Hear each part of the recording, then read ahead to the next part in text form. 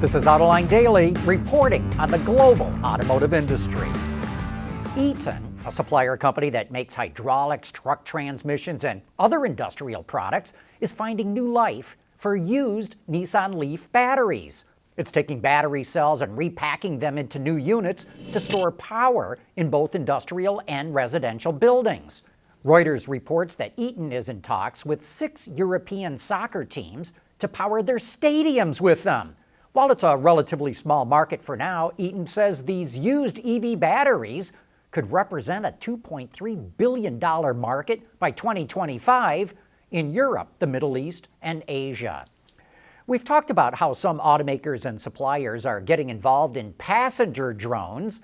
Now the city of Paris is working with Airbus to study the feasibility of using them during the 2024 Olympics, which are going to be in France. The flying taxis would transport passengers from Charles de Gaulle Airport into the city, a trip that normally takes an hour by bus or train. Traffic congestion is only going to get worse in the future, and passenger drones could be the perfect solution to avoid traffic jams. BMW unveiled its vision of a future that's just around the corner with a concept car it called Vision M Next. It showcases new technology, new design, and new ways to use materials. It's actually a cleaner, pared-down version of the BMW i8 with a distinctive wedge shape. Splashy colors and textures created with recycled carbon fiber, anodized titanium, and woven synthetic materials are used throughout the car. The designers clearly had some fun too. Check out the taillights that look like the BMW Roundel logo, but read BMW when you step on the brake. Inside, the instrument cluster is displayed on an array of floating see-through screens, and it's framed by a Formula One-inspired steering wheel.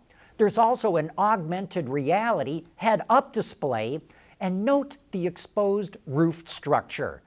BMW says the Vision M Next offers 2 driving modes, one called Boost when the driver is in control, and one called Ease when the car is driving semi-autonomously. This is a PHEV with a total of 600 horsepower on tap and a total EV driving range of 62 miles. There's a ton more of information about this car, and you can get it by clicking on the headline in the show notes that you can find on our website.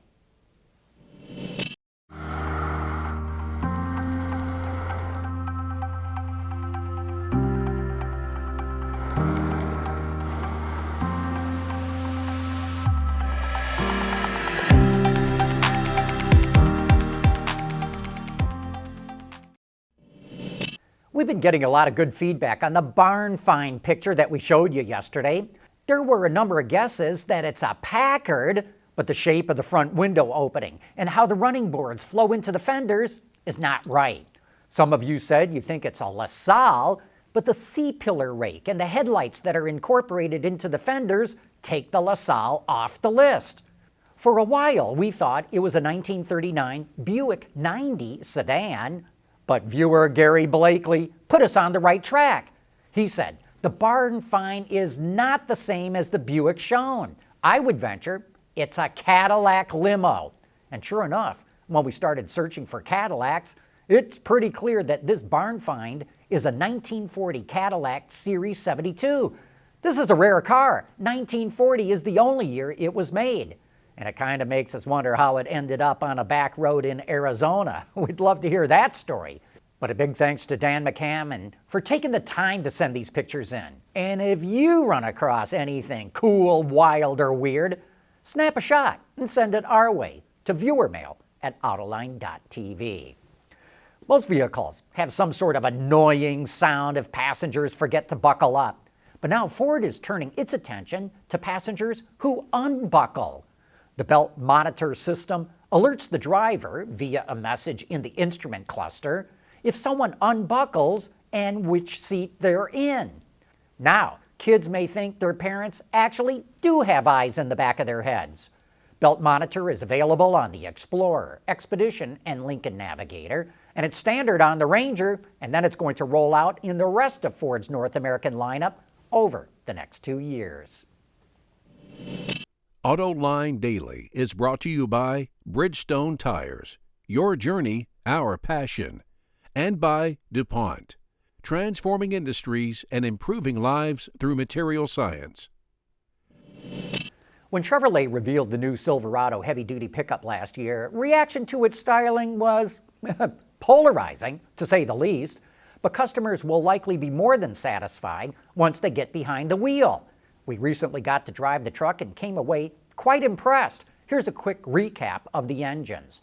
The 6.6-liter V8 gasoline engine, which was purpose-built for the HD models, is mated to a 6-speed automatic and can tow up to 17,400 pounds. And the 6.6-liter V8 turbo diesel is mated to a 10-speed automatic and has a whopping 910 pound-feet of torque. Its max towing capacity is 35,500 pounds. We got a chance to tow with each engine, and the diesel really stood out. For someone who really doesn't have a lot of experience towing, it really made the job easier. We were also impressed with how quiet it is in the cab for both engines, but especially for the diesel. The new transparent trailer camera system also took a lot of stress out of towing. It provides up to 15 camera views, including the side of the trailer, and a view that lets you see right through the trailer as if it's not even there, so you know if there's any traffic behind you. The new Silverado HD trucks will go on sale this summer.